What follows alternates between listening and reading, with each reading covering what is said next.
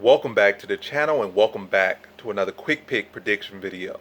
In this video, I'll be predicting the heavyweight bout between Derrick Lewis versus Ciryl Gane. And how I see this one going is I'm picking Ciryl Gane in this one, but there are a lot of definitely weird factors anytime you involve Derrick Lewis in this one. And we look at Ciryl Gane, he's a technical, safer heavyweight. He's not a guy that's gonna go out there and more educated heavyweight you could say, or this a more defensive minded or self-awareness, self-preservation, whatever you want to call type of heavyweight. He's not a guy that's gonna go out there, chew on his mouthpiece, and just go out there and swing, or a guy that just have no defense, gonna go out there, throw punches, leave his head out there. He's a guy that's gonna judge his range at all time.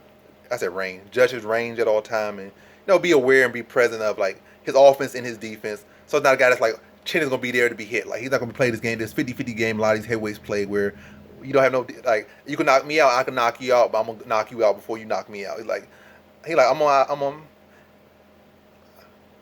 let the fight, I'm gonna let things materialize. I'm not putting myself out there to be hurt. I mean, anytime you go out there, you putting yourself in harm's way. You know that's the risk, but I don't have to play fully into that.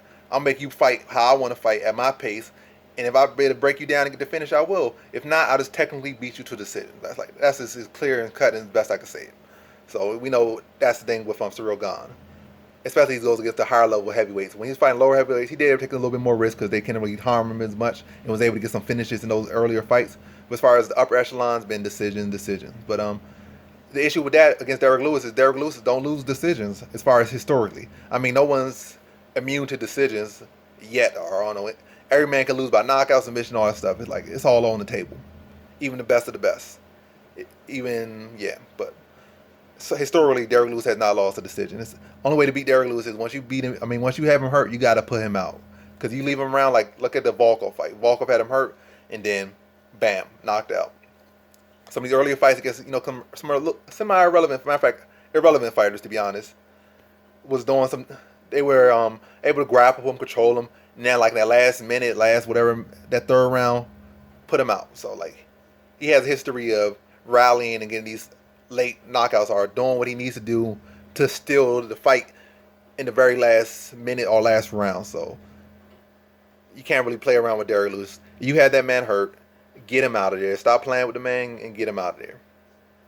All his losses are via stoppage. There, as far as in the UFC and as far as my recollection, matter of fact, I think his whole career he don't have no decision losses, but it's definitely in the UFC no decision losses. It's all about stoppage. So that could be a case of Ciryl Gane, winning wide and then get a little bit lax and get caught.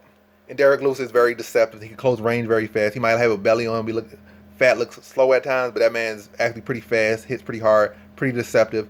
He might look like he don't have no technique, but his technique is very deceiving as well. So that man can cover a very wide distance in a blink of an eye when you get laxed and find your chin and put your lights out.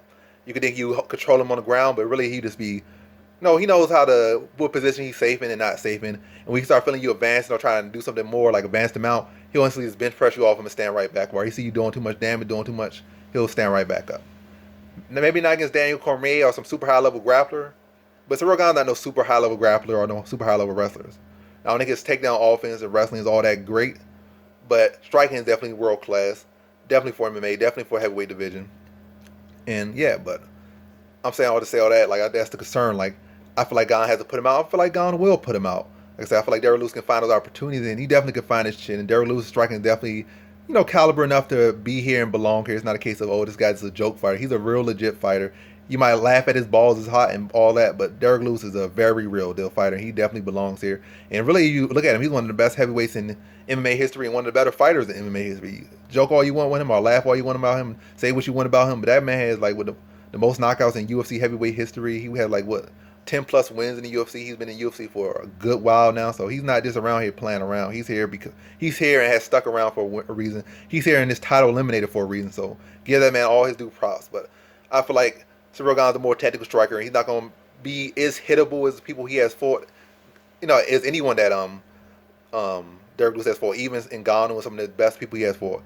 He's not his, but outside of Cormier, he's probably the least hittable fighter he has fought. Maybe even less than Cormier as far as striking, but Cormier, you got to worry about wrestling as well. But pure striking wise, probably the least hittable guy he has fought, and will probably have faced before his career wraps up. But how I see this one, I feel like Ciryl Gane again is going to play the outside game or play that mid range a little bit, throw feints, and try to draw out the counters of Derrick Lewis or draw his punches. And I feel like he's gonna beat Derrick Lewis with a low kick, with low kicks. Maybe not be the fight ending shot or the fight ending tool, but will lead to it. Derrick Lewis has a lot of weight on him, upper body, and got skinny legs.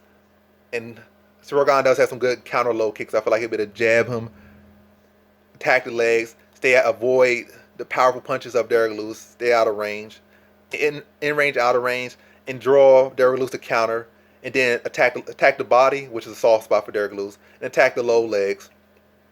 And I feel like when Derrick Lewis is loaded up, he'll be able to catch him a couple times with Derrick Lewis loading up, draw the counter, and then counter low kick, and then have Derrick Lewis knees buckling underneath all that weight, and then switch it up to the body, and start coming up top. This mix of high low, but definitely take out those legs. And when Derrick Lewis starts to buckle on his knees, I feel like eventually, like around that third round, his knees will buckle. He'll take a back step, and then Ciryl Gane will be able to press on him.